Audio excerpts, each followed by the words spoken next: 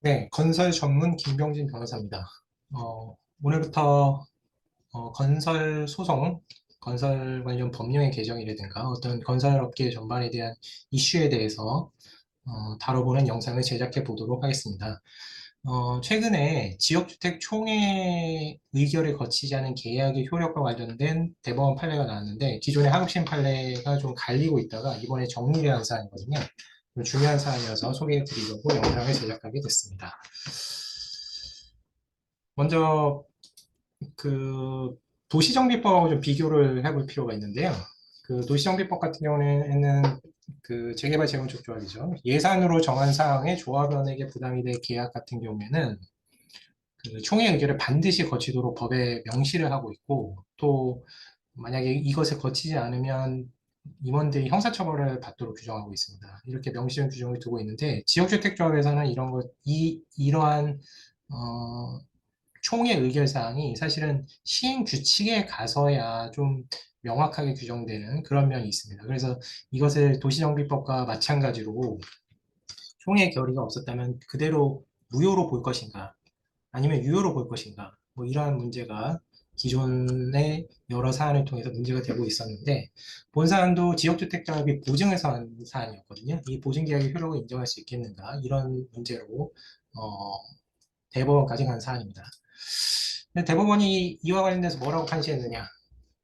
그 주택법령에 예산으로 정한 사항에 조합원에게 부담이 되게 계약의 체결을 규정한 것은 어떤 조합 규약에 규정할 필수적인 총회 의결 사항을 미리 통제하기 위한 입법적 조치다. 그러니까 굉장히 중요한 절차라는 거죠. 지역주택조합에서도. 그러니까 반드시 사전에 의결이 필요하다. 그런 내용을 일단 판시를 하고서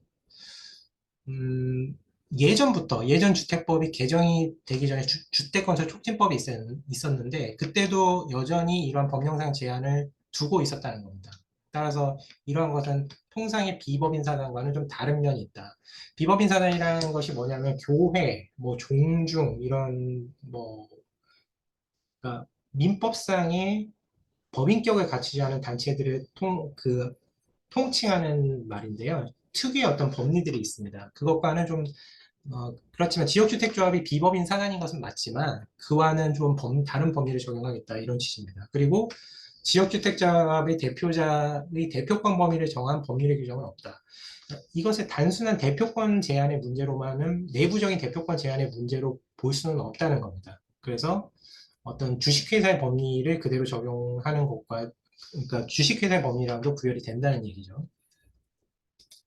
그래서 어, 만약에 지역주택조합과 거래하는 제3자 입장에서 봤을 때는 사전에 총회 의결에 어떤 총회 의결이 있었는지를 확인하는 조치를 취하는 것이 당연히 기대가 된다는 겁니다. 왜냐하면 주택 법령과 시행 규칙에 이러한 규정 자체가 존재는 하고 있으니까요. 그래서 또 어떤 지역주택조합의 어떤 제도적 취지도 그 강조를 하는데 대법원은 무주택 세대주들이 지역주택조합을 설립해서 이러한 비법인 사단을 만들었을 때는 조합원들의 의사가 실제적으로 반영될 수 있는 어떤 절차를 마련한 것이고 거기에 가장 핵심적인 절차가 총회 의결이라는 겁니다. 따라서 소수 임원들의 어떤 전행을 방지하고 또 지역주택조합의 조합원들을 보호하기 위해서는 총회 의결의 어떤 중요성을 간과할 수는 없다. 이런 취지로 판시하면서 결론적으로는 단순한 이건 내부적인 대표권 제한의 문제가 아니고 제3자의 어떤 예견 가능성이 있기 때문에 조합 규약 그 법률행위 어떤 상대방으로서는 그 총회 결의라는 절차적 요건의 흠결을 과실 없이 알지 못하였다는 특별한 사정을 밝히지 못하는 한 조금 어려운 표현인데요. 절차적 요건 충족을 전제로 하는 계약의 효력을 주장할 수 없다. 즉 기본적으로는 무효로 본 겁니다. 다만 좀 대법원 판례가 좀 독특한 판시를 보이고 있는데 그렇다고 완전히 무효냐 그렇게 보지는 또 않고 상대방이 만약에 과실 없이 그것을 몰랐다 총회 결의 없는 것을 몰랐다고 하면 이 계약은 유효화될 수 있는 여지를 좀 남겨두기는 했습니다. 그래서 조금 애매하기는 하나, 이거 어떤 저희 변호사들의 입장에서는 이제 입증 책임의 문제로 봐야 되는데, 그 어떤 과실이 있었느냐 없었느냐의 입증 책임을 누가 지는가가 소송에서는 굉장히 승패를 좌우하는 문제가 됩니다. 그런데 이 판시를 보면은 그 과실의 유무에 대한 입증 책임을 제3자한테 넘기고 있거든요. 지역주택조합이 아니고. 그러니까 실제로 소송이 벌어지게 되면은 대체로는 무효로 볼 가능성이 굉장히 높아진 사안입니다. 그리고 무효설에 가깝다고 봐야 할 것이고, 뭐 이 판례를 뭐 예외적 유효설, 무효설이나 예외적 유효설 뭐 이렇게도 보기는 합니다만, 실제 운용에 있어서는 무효에 가깝게 해석이 운용이 될 것으로 보입니다. 네.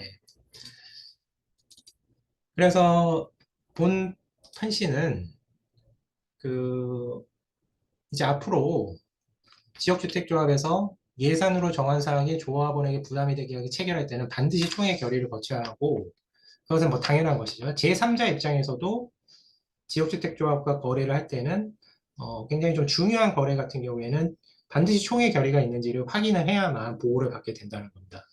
그래서 만약에 그런 총회 결의가 없다면 이제는 무효가 된다는 점 굉장히 주의를 하셔야 되겠습니다. 그래서 기존에 있던 하우신 판례가 엇갈리고 있던 내용들을 이제 정리했다는 점에서 굉장히 의의가 있는데, 사실은 예산으로 정한 사항에 조합원에게 부담해야 될 계약이라는 그와 관련된 소송들을 다뤄보면 굉장히 좀 애매하고 모호한 경우가 많습니다. 예산의 범위도 지역주택조합이 좀 두루뭉실하게 규정한 경우도 있고, 그래서 그 범위를 어디까지 볼 것인가에 대한 어떤 다툼도 많이 일어나고요.